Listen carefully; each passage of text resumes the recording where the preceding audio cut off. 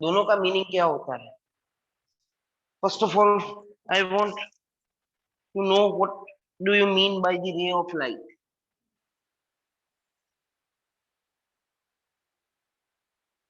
Yes please, ray of the light. Ray diagram वाला मतलब रे डायग्राम वाला, तो रे मतलब क्या?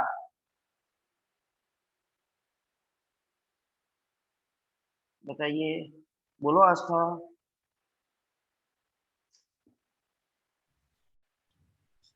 Light travel in only one direction. Okay, good. Anyone else wants to add anything in that? Okay, Monali कहছে beam of light, Dhruvi कहছে beam of light, Archie says path which light travels, okay, and telling that light originates from one point and travel in straight line, okay. The way light travels in a straight line is called ray, okay. उजेर भाई बोल रहे हैं very good. मतलब बहुत सारे students को पता है, और आप जो आंसर बता रहे हो वो भी करेक्ट है। रे of light that means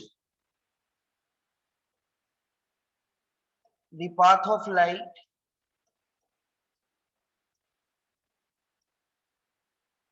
or the path in which light travels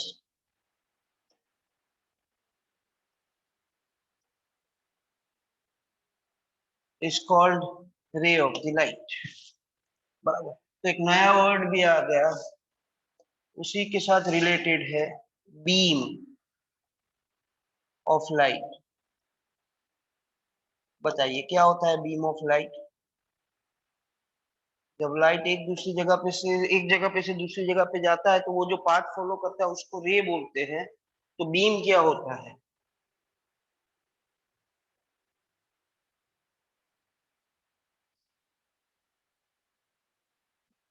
तो ऐसा थोड़ी है कि जब लाइट एक जगह से दूसरी जगह पे जाएगा तो एक ही रे होगा। ऐसे तो बहुत सारे रेज होंगे, group of rays, and such a bundle of raise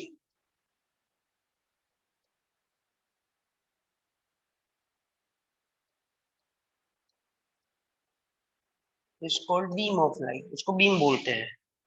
yes, it is bundle of rays of light. बराबर है। चलिए, तो ऑप्टिक्स क्या होता है? What do you mean by optics?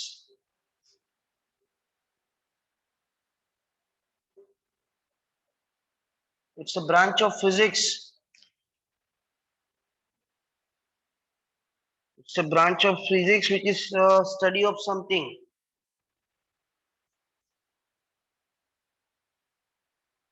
yes, it's a branch of physics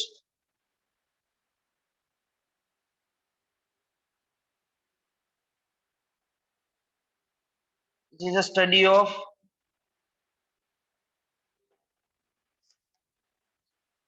light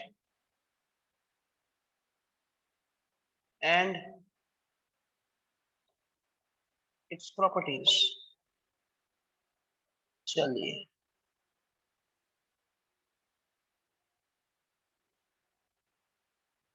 then which different properties of light you people have already studied in 10th standard? नाम बताइए, एक आध दो प्रॉपर्टी ऑफ जानते हो तो आप, तो हम उसी से शुरुआत करते हैं। If you know any property of light then please tell me. Very good, बहुत सारे लोगों के आंसर आ रहे हैं, वो सही भी आ रहे हैं। ओके, तो उजैर भाई बोल रहे it always travels in straight line. वो आप 10th तक पढ़े तब तक सही था, वरना थोड़ा बैंड भी होता है। ओके, देन वत्सला बोल रही है कि reflection and refraction of light, okay. Sakshi is telling that it is non mechanical wave, yes. Haniba बोल रहे हैं कि light travels in straight line, ये भी सही है। स्नेहा ने बोला intensity, okay. Okay, now new property I came to know, it is dispersion of light. Very good. So basically you people, I think so, in 10th standard have studied the reflection of light, refraction of light, and dispersion of light. These three properties I think so you people have studied, yes, Tyndall effect, scattering of light. हाँ, 4 property आपने पढ़ा होगा, reflection पढ़ लिया होगा, refraction पढ़ा होगा, dispersion and the scattering of light. These are the 4 properties which you people have studied. Am I right?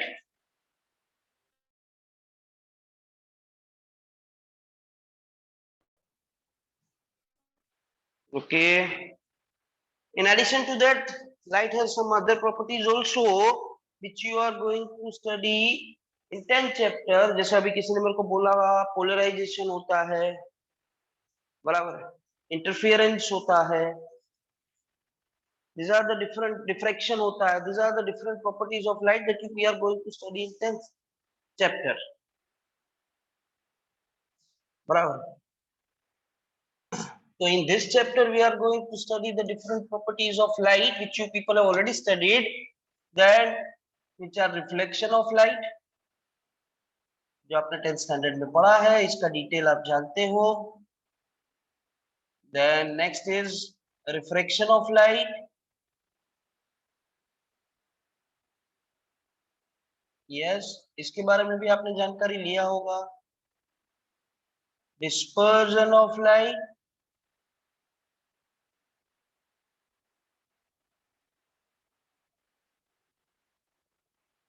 Yes, and scattering of light.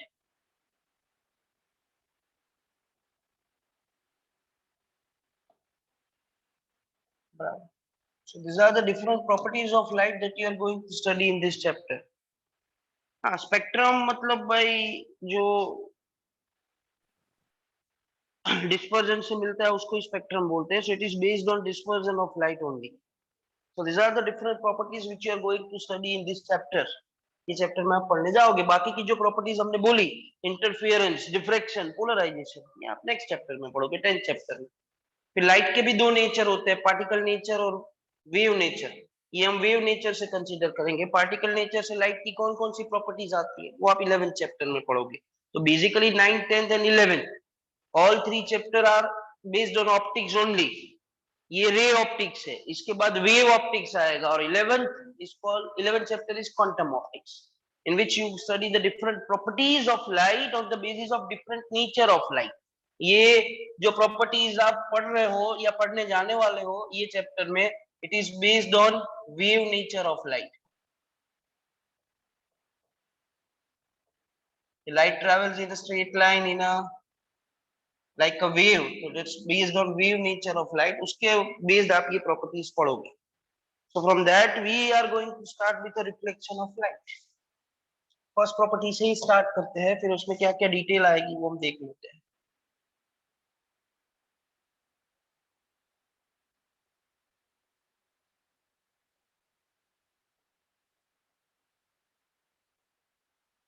क्या होता है reflection of light?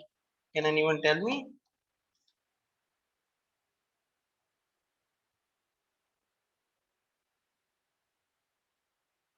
Yes, unmute होके बताओगे तो भी अच्छा है. Otherwise आप chat box में reply करो. What do you mean by the reflection of light?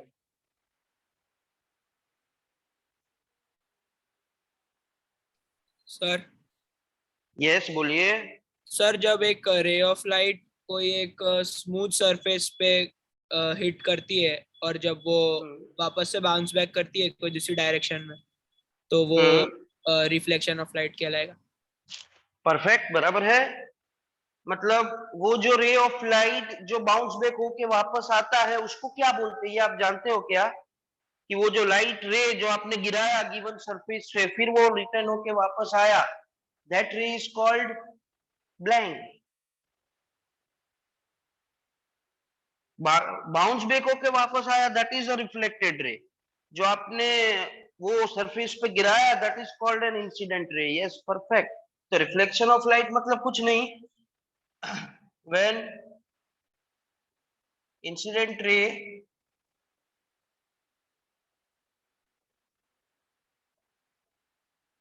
falls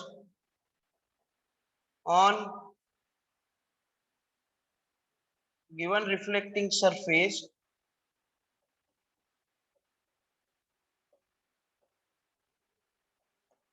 it returns back. वो रिटर्न बैक करके आपको जो रे मिलता है उसको रिफ्लेक्टेड रे बोलते हैं।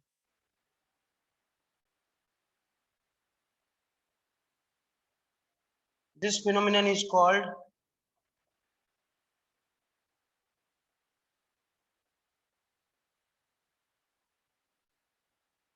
Reflection of light. बराबर है, बराबर, परफेक्ट।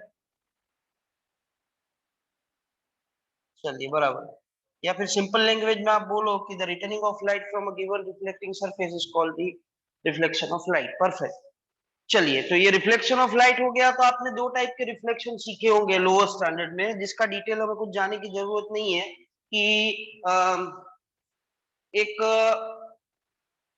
जो smooth surface, regular smooth surface से मिलता है, वो टाइप के रिफ्लेक्शन को रेगुलर रिफ्लेक्शन बोलते हैं। बराबर है। और जो इरेग्युलर सरफेस से मिलता है उसको इरेग्युलर रिफ्लेक्शन बोलते हैं। So these are the two types of reflection which you people have studied, I think so. बराबर। बट बेसिकली ये रिफ्लेक्शन जो सरफेस से मिलता है वो रिफ्लेक्टिंग सरफेस को क्या बोलते हैं? Generally that reflecting surface is called as, बताइए क्या बोलते हैं?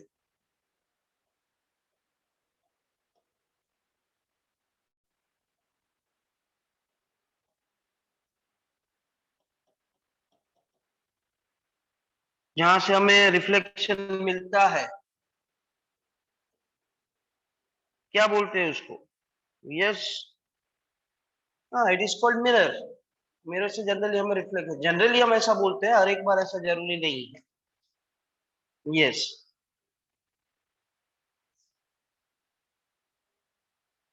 चलिए, तो अगर रिफ्लेक्शन आ गया तो आपको ये लॉज ऑफ रिफ्लेक्शन के बारे में कुछ पता होगा।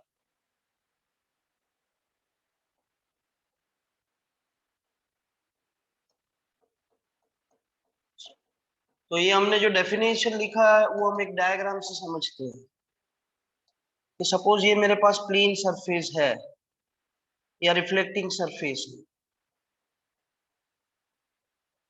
बराबर। सरफेस को हॉरिजॉन्टल रखा है, तो ये मैं जो रेड कलर का बना रहा हूँ ये इसका नॉर्मल हो जाएगा। This becomes the normal drawn to the surface. Normal is nothing but a perpendicular drawn to the surface.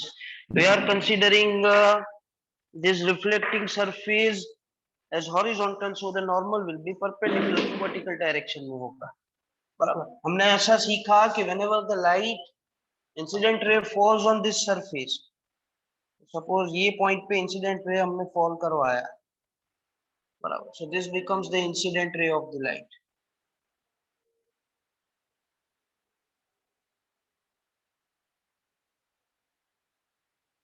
तो ये यहाँ से रिटर्न हो जाता है, वापस चला जाता है, ऐसे रिटर्न होगा। तो ये जो ब्लू कलर का मैंने बताया, that is called the reflected ray of the light.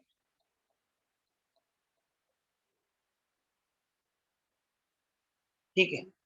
The angle that incident ray makes with a normal, मतलब रेड कलर का नॉर्मल है उसके साथ ब्लैक कलर के इंसिडेंट रे ने जो एंगल बनाया उसको क्या बोलते हैं?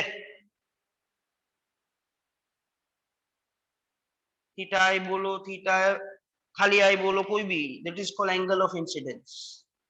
और सिमिलरली रिफ्लेक्टेड रे जो नॉर्मल के साथ एंगल बनाता है इसको बोलते हैं एंगल ऑफ रिफ्लेक्शन। बराबर है।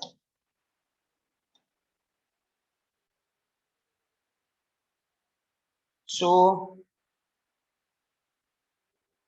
angle made by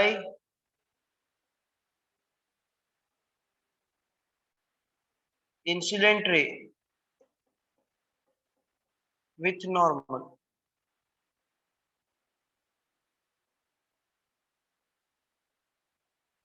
theta I is called angle of incidence.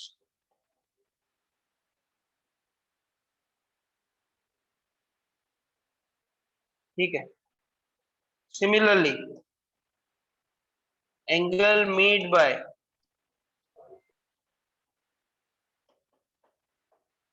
reflected ray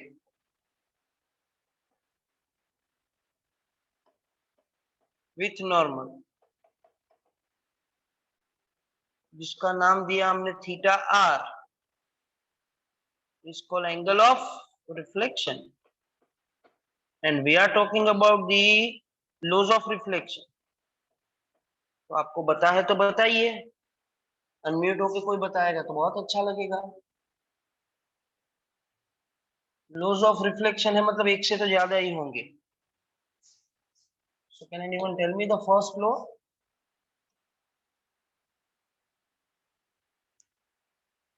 Yes, please.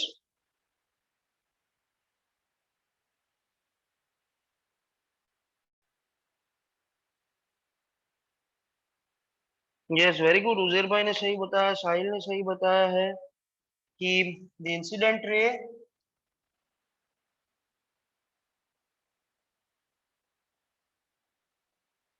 reflected ray and normal to the surface lie in same plane.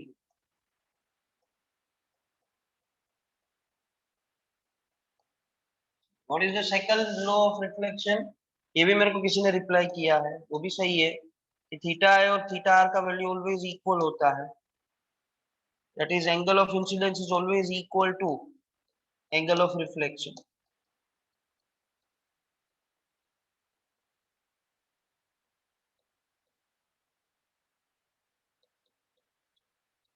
Yes, then you know that these laws of reflection, ये आपको शायद पता नहीं होगा, these laws of reflection are valid for plane as well as curved mirror.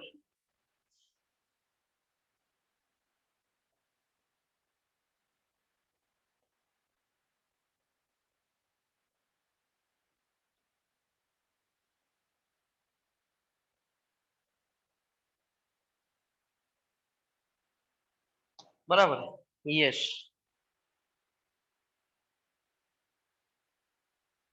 You getting with this? चलिए, तो मेरे को टाइप्स ऑफ मिरर के बारे में भी जानकारी ले ही लेना है साथ साथ में। तो बताइए टाइप्स ऑफ मिरर कौन कौन से होते हैं? अनम्यूट होकर बता रहा है क्या कोई? ओके, साहिल भाई बताइए।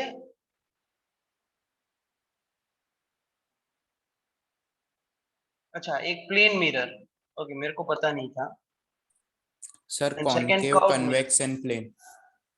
ओके, ये कनकेव कन्वेक्स तो कर्व्ड मिरर के टाइप है ना?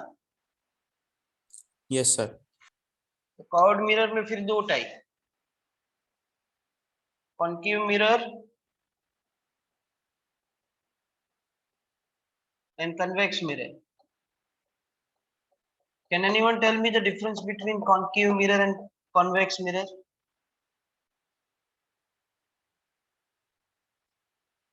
What is the difference between concave mirror and convex mirror? बताइए बताइए।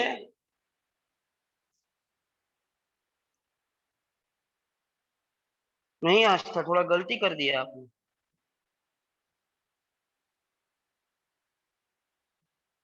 कोई नहीं ये बताने के लिए, वेरी बैड। ये तो आपने 10th में पढ़ा है, ये तो पता होना चाहिए। मेरे को तो ऐसा पता है कि जिसका इनर रिफ्लेक्टिंग सरफेस हो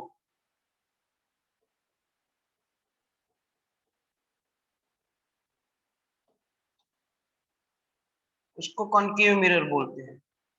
मतलब सपोज ये मिरर है, कर्व्ड मिरर, तो ये बाहर का सरफेस जो मैं यहाँ पे लाइनिंग्स बता रहा हूँ वो कुछ काम का नहीं। जो रिफ्लेक्शन मिलेगा वो मेरे को इनर सरफेस से मिलेगा, ये वाला सरफेस।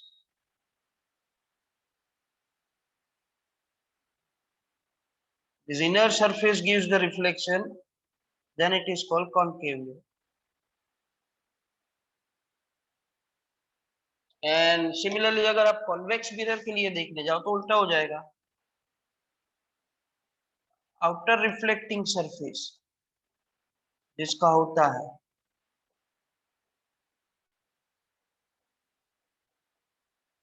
सपोज ये मिरर मैंने ऐसे बताया, अब ये इनर सरफेस आप देखो, वहां पे मैं लाइनिंग्स बता रहा हूँ, वो कुछ काम का नहीं, लेकिन जो आउटर सरफेस है ये वाला, यहां से अगर आपको रिफ्लेक्शन मिलता है, रिफ्लेक्शन मिला इसलिए उसको मिरर ही बोलेंगे, लेकिन आउटर रिफ्लेक्टिंग सरफेस है इसलिए इसको कन्वेक्स मिरर बोलेंगे। डू एग्री विथ मी?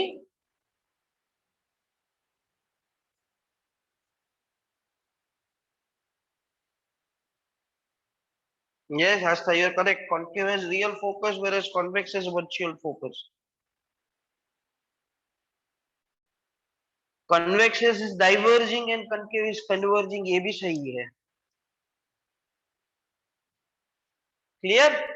तो अगर कोई भी कर्व्ड मिरर है तो इसके कितने टर्म्स है जो आपको याद रखने पड़ेंगे, या जिसके लिए जो आपके लिए जरूरी है याद रखने।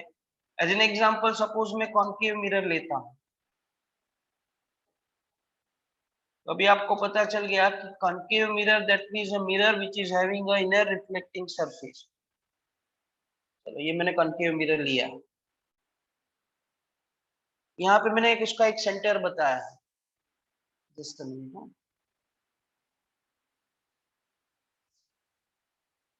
ये कॉन्केव मिरर हो गया। यहाँ पे मैंने एक इसका सेंटर बताया है, इसको क्या बोलते हैं?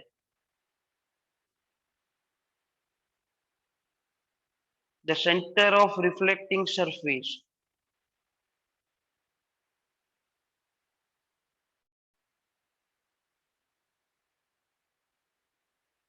बताइए।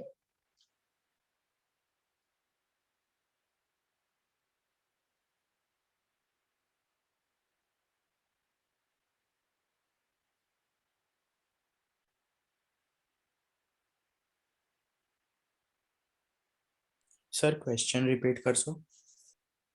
मैंने ऐसा पूछा कि the centre of reflecting surface, ये जो पॉइंट पी यहाँ पे मैंने बताया है पिंक कलर का, इसको क्या बोलते हैं? Very good, it is called pole. Mirror है ना, तो इसलिए इसको पोल बोलते हैं। अब भी आप थोड़ा विजुअलाइज करो कि ये मिरर बनाने के लिए आपने एक पूरा ऐसा एक स्फीयर लिया होगा, और ये स्फीयर में से इतना पार्ट कट करके आपने मिरर बनाया होगा, तो इसका भी एक सेंटर मिलेगा, ये स्फीयर का सेंटर यहाँ पे कहीं। ये क्या बोलते हैं इसको? सी को? Center of very curvature. Good, yes it is called centre of curvature. Good.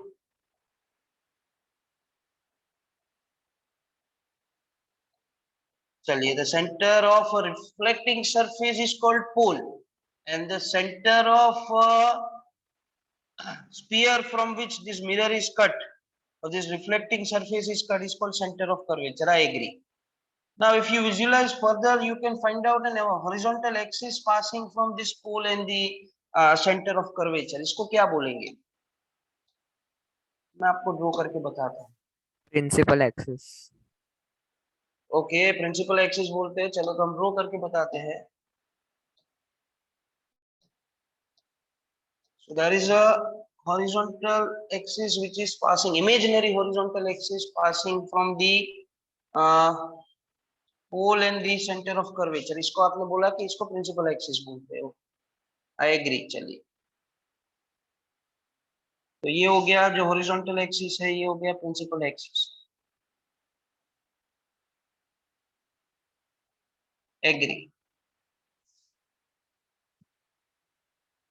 Then ये पोल जो सेंटर ऑफ रिफ्लेक्टिंग सरफेस है ये वाला, और ये सेंटर ऑफ कर्वेचर जो स्फीयर का खुद का सेंटर है, इन दोनों के बीच का एक डिस्टेंस होता है, इसको क्या बोलते हैं?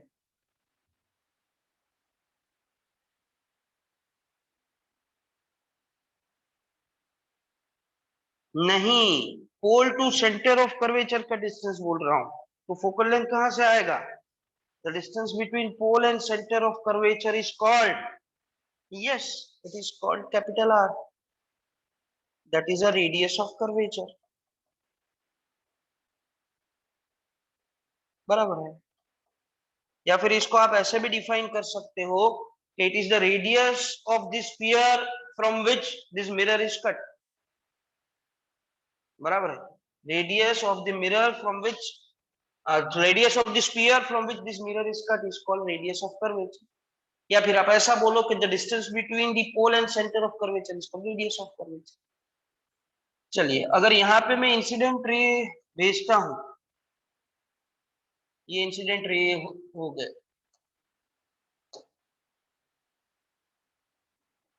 ये मैंने इंसिडेंट रेज बताया.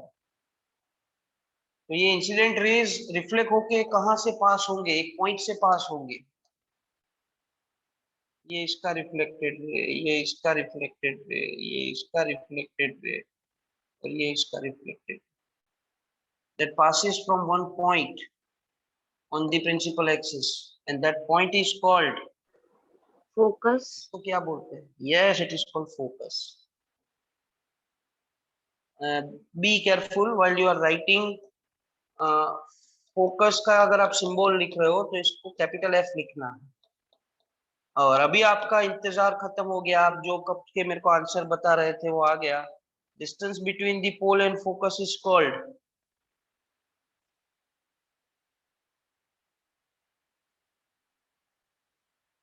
distance between pole and focus. Yes, that is small f. Focal length है तो उसमें small f आता है. And still one term is remaining. बाकी तो सब आ गया. Principal axis, principal focus, pole, center of curvature, radius of curvature, focal length. एक और चीज बाकी रह गया है. Wavelength तो लाइट का होता ही है. मिरर के लिए और एक चीज बाकी रह गया है. अगर आपको याद हो किसी को तो बताएंगे तो अच्छा लगेगा. बताइए कौन सा टर्म बाकी रह गया है? वेरी गुड वत्सला, करेक्ट. क्या होता है बताइए, आप ही बता दीजिए. हर्षिल ने भी करेक्ट आंसर बताया. तो ये जो रिफ्लेक्टिंग सरफेस है इसका खुद का एक डायमीटर होता है. ये जैसे मैं ये आपको पर्पल कलर की लाइन से बता रहा हूँ. Diameter of this reflecting surface, इसको एपर्चर बोलते हैं. So these are the terms which you need to understand for any reflecting curved mirror, चाहे वो convex हो या concave हो.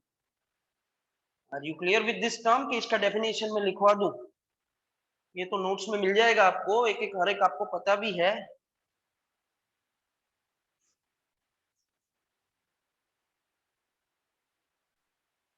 ठीक है, चलिए. तो थोड़ा रिवीजन ही हो रहा है, ये थोड़ा और रिवीजन कर देते हैं. आपने कुछ साइन कन्वेंशन पढ़े होंगे.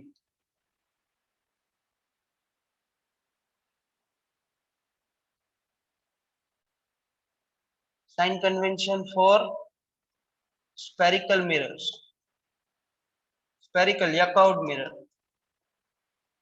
मतलब वो कॉनकेव के लिए भी चलेंगे, कॉन्वेक्स के लिए भी चलेंगे. बताइए क्या होता है. सपोज ये मेरे पास रिफ्लेक्टिंग सरफेस है, कॉनकेव मिरर है. ये आप जानते हो ये पोल हो गया, ये फोकस हो गया, ये सेंटर ऑफ कर्वेचर हो गया. तो first of all first thing that you have to understand is that कि जितने भी डिस्टेंस अगर आप मिरर के लिए सॉल्व कर रहे हो, all distances are measured from reference. क्या लेंगे हम मेजर करने के लिए? Yes, all distances are measured from pole in case of a spherical mirror. Second thing that you have to understand is that first of all you have to decide in which direction the incident ray will come. Here this is a concave mirror, inner reflecting surface होता है, तो reflection ये वाले part से होगा, तो incident ray का direction ये होगा.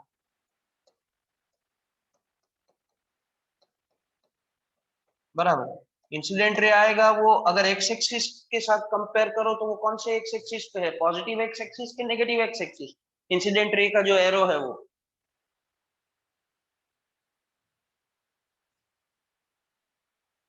इंसिडेंट रे नो एरो जो आनो, yes it is along positive x axis. तो सेकंड आपको कंसीडर करना है कि डिस्टेंसेस measured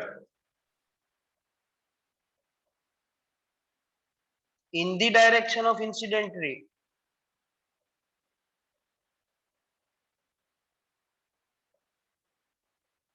ये तो आप जानते ही हो well,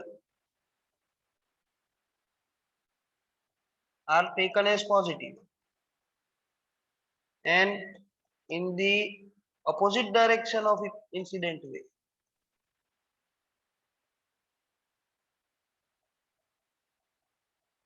are taken as negative.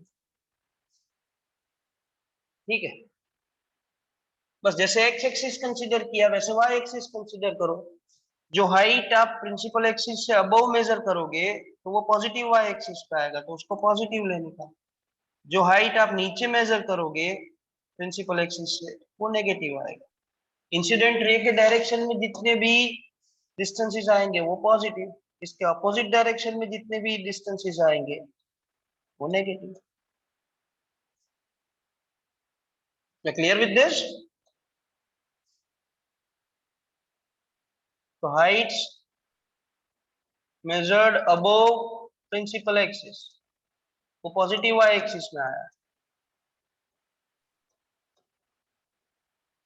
are taken as positive, and heights below principal axis are taken as negative. As simple as that.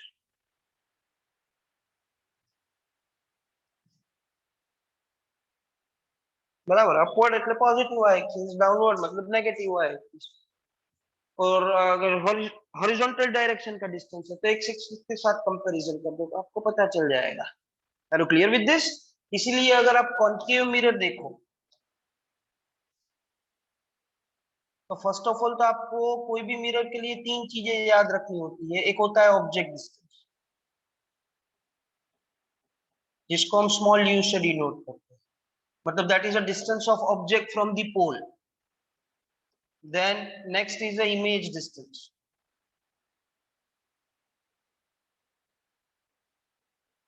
That is v। Then focal length जो भी हमने डिफाइन किया, that is f। And next होता है radius of curvature, that is a distance between pole and centre of curvature. तो आप बताते जाइए, अभी साइन कन्वेंशन आपको पता चल गया है तो ये सबका साइन। हमने दो टाइप के स्फेरिकल मिरर पढ़े। मैं पहले रेडियस ऑफ कर्वेचर से स्टार्ट करता हूँ। Radius of curvature convex mirror के लिए कैसा होगा और कॉन्केव मिरर के लिए कैसा होगा, चलिए आप बताते जाइए।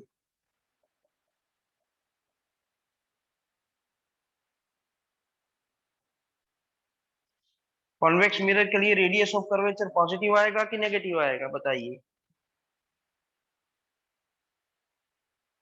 Very good, I am getting correct answer from Harshil Desai, Helisha, Vedanshi.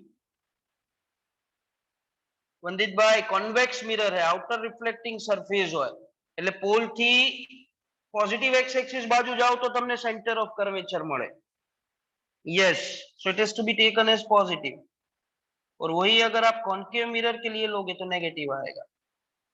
Similarly for focal length also, concave mirror है तो लेफ्ट साइड जाना पड़ेगा, कॉन्वेक्स मिरर है तो राइट साइड जाना पड़ेगा। तो अगर फोकल लेंथ है कॉन्वेक्स मिरर तो इसके लिए पॉजिटिव, कॉन्केव मिरर है तो उसके लिए नेगेटिव।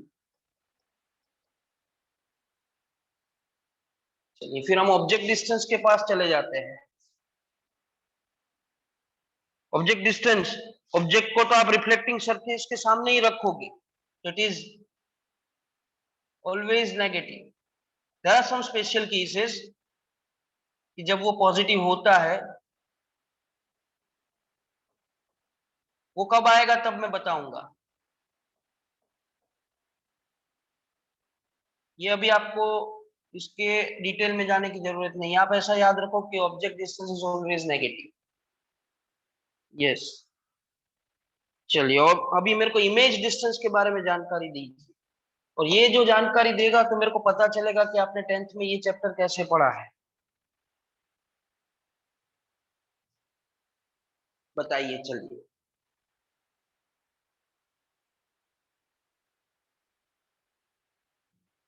लेट आई चेक कौन बताता है, कैसे बताता है। सही है या गलत है?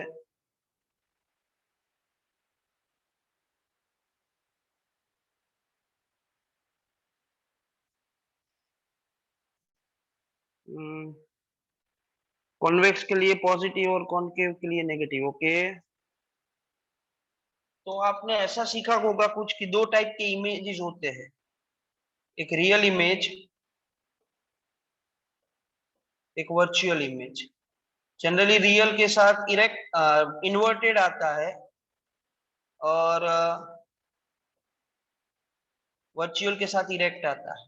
तो अगर रियल इमेज है तो कैसा आएगा और वर्चुअल इमेज है तो कैसा आएगा, बताइए। ओके, रियल इमेज है तो नेगेटिव आएगा, जो साइड आपका ऑब्जेक्ट होगा वो साइड पे ही इमेज मिलेगा। और वर्चुअल इलेक्ट है तो पॉजिटिव आएगा, ऑब्जेक्ट के ऑपोजिट साइड पे इमेज जाएगा।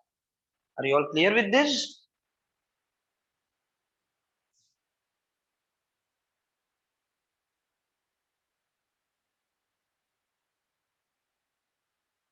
यस,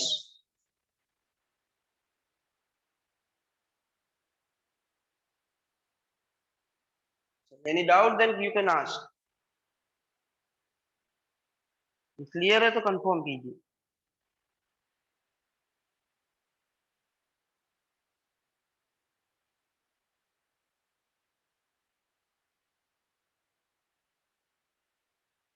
चलिए, तो एक लास्ट फिर मैं आपको लिखने के लिए टाइम दे देता हूं।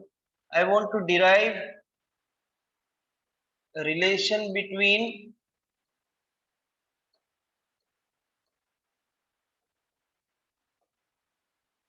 R, that is radius of curvature, and F, that is focal length, for curved mirror.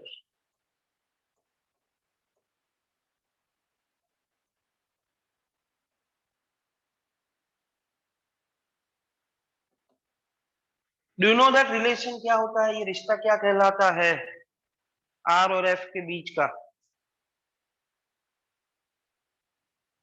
क्या रिश्ता होता है R और F के बीच में? रेडियस ऑफ कर्वेचर और F के बीच में रिश्ता क्या होता है? Very good Aska, correct.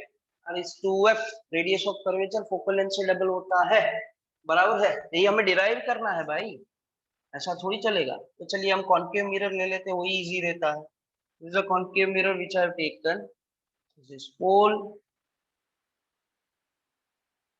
यहाँ पे आ जाएगा कहीं पे फोकस, और ये आ जाएगा रेडियस ऑफ, मतलब सेंटर ऑफ कर्वेचर, डिस्टेंस को रेडियस ऑफ कर्वेचर, ये सेंटर ऑफ, पोल से फोकस का डिस्टेंस वो फोकल लेंथ, और पोल से सेंटर ऑफ कर्वेचर का डिस्टेंस ये हो जाएगा रेडियस ऑफ कर्वेचर। ये दोनों का हमें रिश्ता फाइंड करना है। अभी हमने जब प्लेन मिरर देखा था तब मैंने आपको ऐसा बोला था कि जो नॉर्मल होता है वो परपेंडिकुलर टू द सरफेस होता है। ये तो कर्व्ड मिरर है, तो इसका नॉर्मल कहां से पास होगा, इसका परपेंडिकुलर कहां से पास होगा, बताइए आप, थोड़ा हमें हेल्प कीजिए। If it is a curved mirror, इसका normal drawn to the surface कहां से पास होगा? नहीं, गलत है। From where the normal drawn to the curved mirror will pass? From principal axis. Principal axis के कौन से पॉइंट से वो नॉर्मल पास होगा? नहीं, गलत है। एक भी करेक्ट आंसर अभी तक आया नहीं। अरे भाई, कर्व्ड मिरर હોય અને તમે સ્ફેરિકલ મિરર હોય અને તમે નોર્મલ ડ્રો કરો એટલે પરપેન્ડિક્યુલર ડ્રો કરો, તો એ પ્રિન્સિપલ એક્સિસ ના કયા પોઈન્ટ થી પાસ થાય એવું પૂછું છું તમને।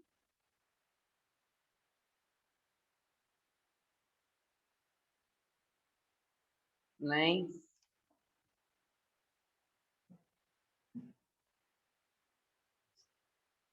Krisha is correct. A normal drawn to the curved mirror always passes through the center of curvature.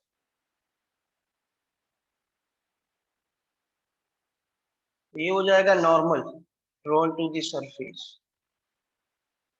that passes from the center of curvature। ये पॉइंट को मैं नाम दे देता हूं M। ये हो गया normal. Ayush is also correct है। चलिए, तो सपोज से for that this is an incident ray. ये इंसिडेंट रे हो गया। ब्लू कलर का इंसिडेंट रे है। ऑरेंज कलर से जो मैंने बताया है वो आप जानते हो, दैट इज नॉर्मल। तो ये इंसिडेंट रे जो नॉर्मल के साथ एंगल बनाता है, इसको हम क्या बोलते हैं बताइए।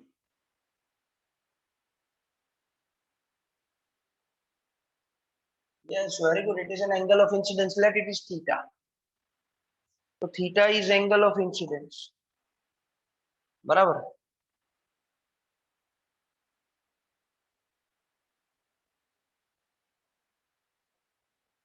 Now I want answer from your side. If an incident ray is parallel to the principal axis, then it gets reflected to pass through which point? ये भी आपने 10th में पढ़ा होगा। If incident ray is parallel to the principal axis, it passes to which point? Yes, it passes to the focus. तो इसका जो reflected ray मिलेगा आपको, वो ये मिलेगा जो फोकस में से पास हो, तो ये इसका रिफ्लेक्टेड रे हो जाएगा।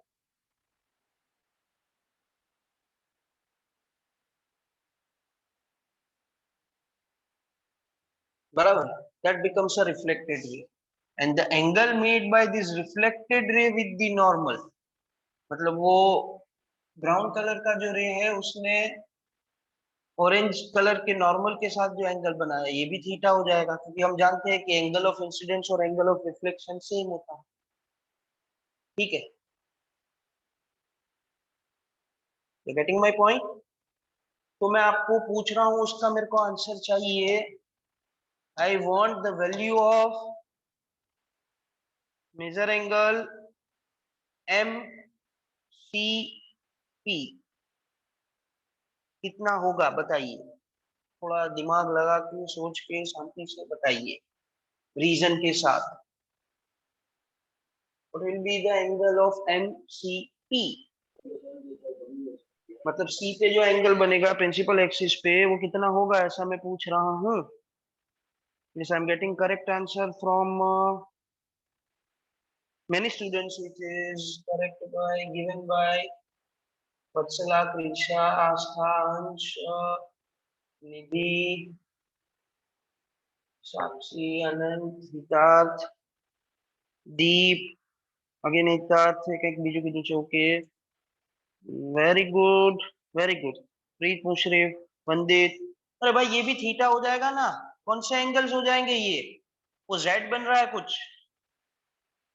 Yes, the alternate interior angles of transversal, बराबर है। तो एमसीपी भी थीटा हो जाएगा, because the reason is alternate angles, मैं ऐसा लिख रहा हूं।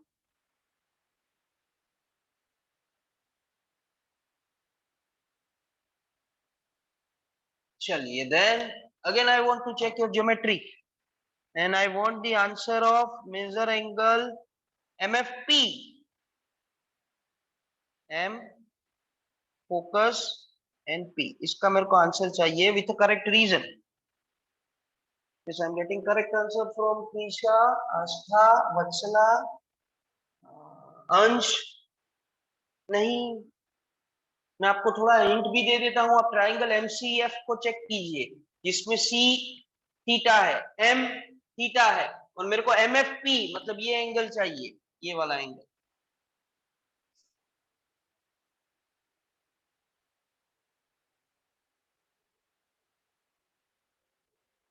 Correct answer with correct reason given by Sakshi, which is correct. हाँ तो भाई ये टू थीटा हो जाएगा ना, ये हमने ऐसा सीखा है कि the exterior angle of any angle, मतलब इसका एक्सटीरियर एंगल एफ का, that is MFP, is the sum of the two interior opposite angles. You getting my point.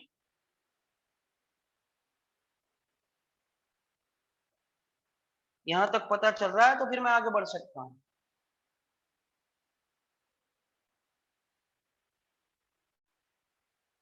Yes, हाँ अनंत ऐसा भी हो जाएगा। चलिए हमें तो अभी रिश्ता चाहिए फोकल लेंथ और रेडियस ऑफ कर्वेचर के बीच में, तो ऊपर हम लिख ही देते हैं P2F, मतलब pole to focus. Sign convention के साथ देखने जाओगे तो इट विल बी माइनस है, कॉनकेव मिरर है इसलिए focal length. P2C that is pole to centre of curvature, that is minus R।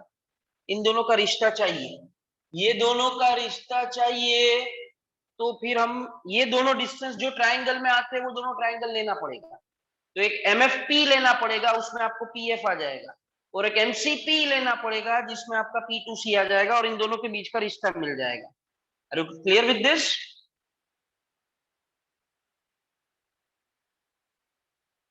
Yes.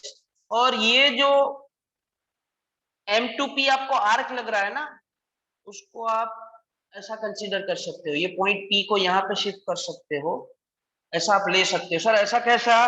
तो इसके लिए कंडीशन आपको लिखना पड़ता है for paraxial rays.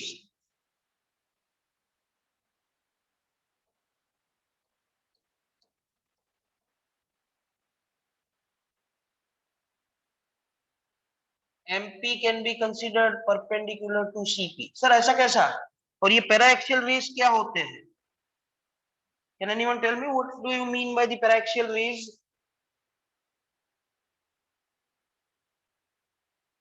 Please. Paraxial rays which are close to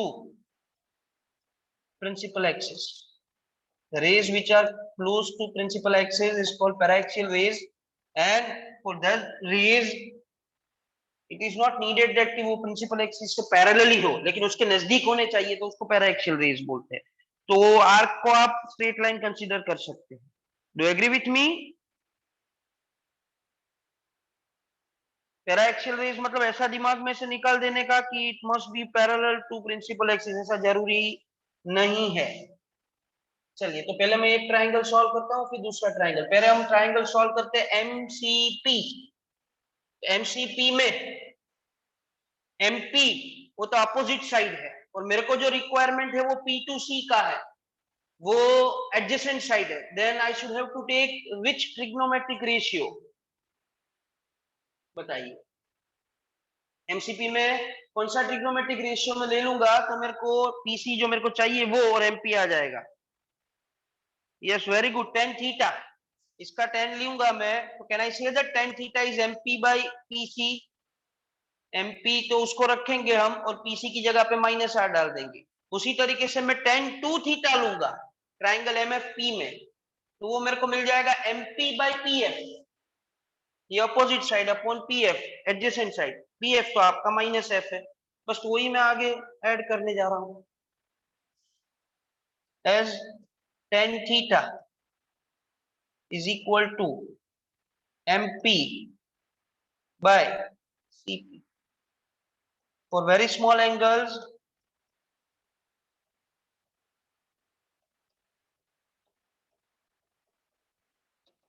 tan theta can be almost written as equal to theta, तो tan theta की जगह पे आप थीटा डाल दो, तो थीटा मिल जाएगा आपको MP अपॉन CP का तो नाम जानते हो, तो रेडियस ऑफ कर्वेचर है -R।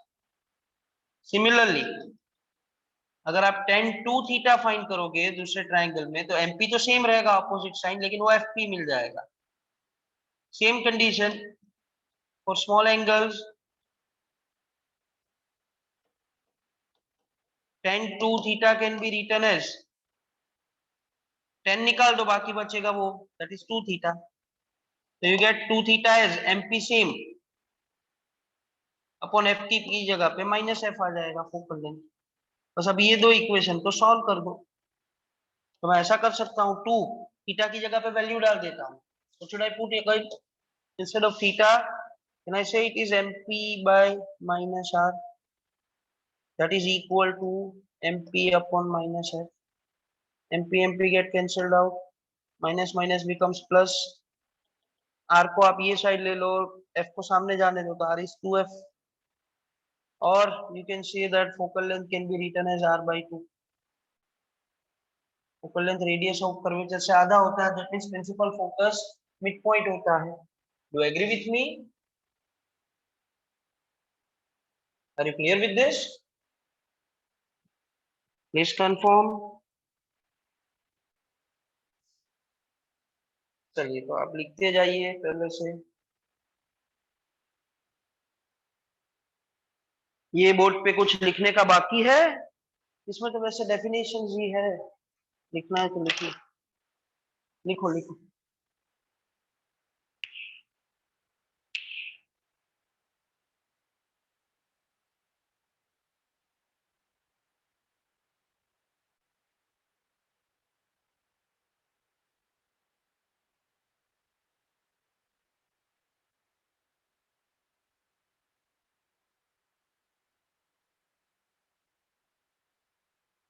हाँ तो ये लिख लो, फिर मैं नकुल सर को बोलता हूँ, आपको बता देंगे वो आईएमपी क्वेश्चन का कंटेंट।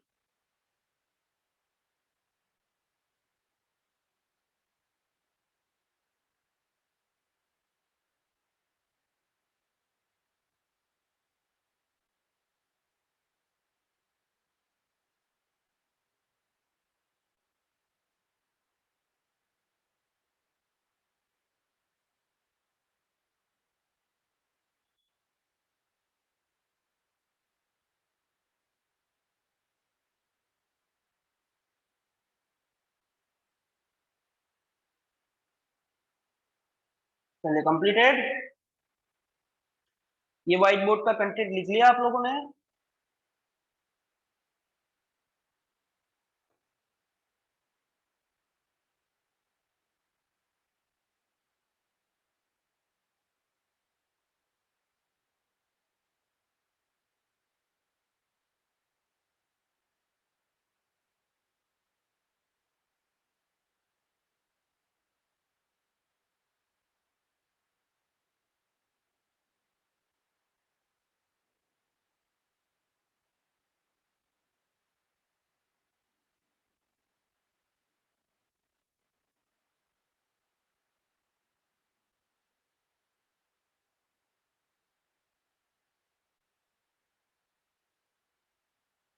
वीडियो ऑन करके लिखने का रोज बोलना पड़ता है आप लोगों को।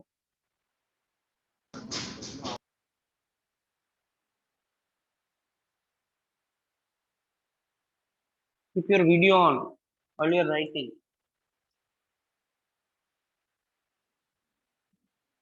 समझ में आ रहा है ना? वैसे तो ये रिवीजन जैसा ही हो रहा है, थोड़ा थोड़ा आपका जो नहीं याद होगा वो रिवाइज हो जाएगा, कुछ नई नई चीजें भी पता लगेगी, ये आपको आगे जाके काम लगेगी।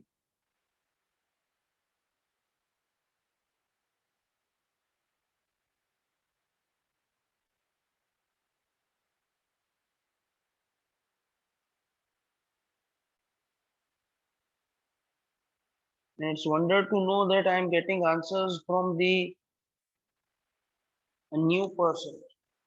नए नए लोग आज आंसर दे रहे हैं, मैं नाम नहीं बोल रहा हूँ मैं, लेकिन इट इज गुड कि आप इंटरेस्ट ले रहे हो, पढ़ रहे हो, अच्छा है। જે રેગ્યુલર આપવા વાળા છે તો આપે જ છે, 10-15 ફિક્સ છે એ લોકો તો આપે જ છે, વેદાંશી છે, અનંત છે, કી છે, ऋषि, तो आज तो नए नए लोग भी आंसर दे रहे हैं, गुड, अच्छा है। हाँ वत्सला છે, બહુ બધા છે એવા રેગ્યુલર આન્સર્સ આપવા વાળા।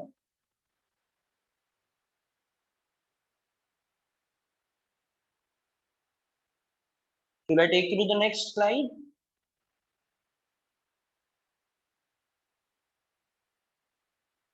Okay.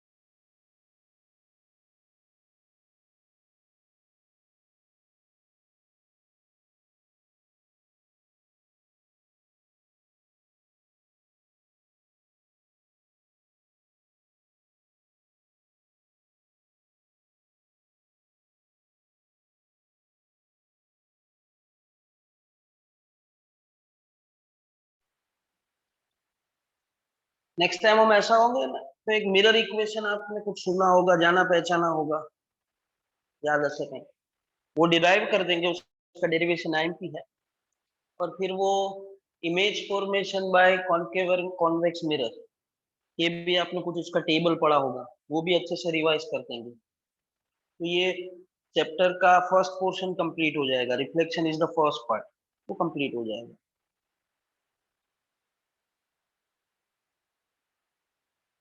ये आप लिख लो आराम से, फिर मैं नकुल सर को बोलता हूँ वो चैप्टर 14 का कंटेंट आपको टिक करवा दो।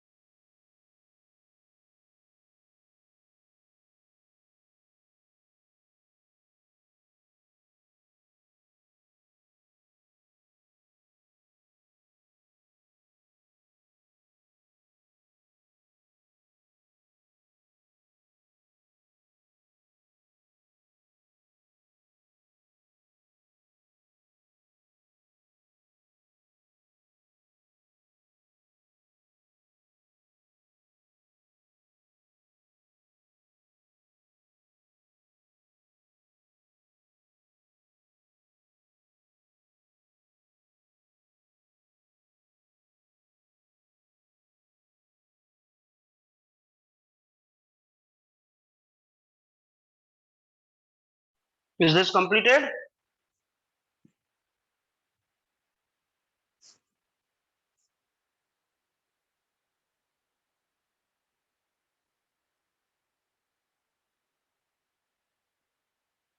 Okay, complete it fast.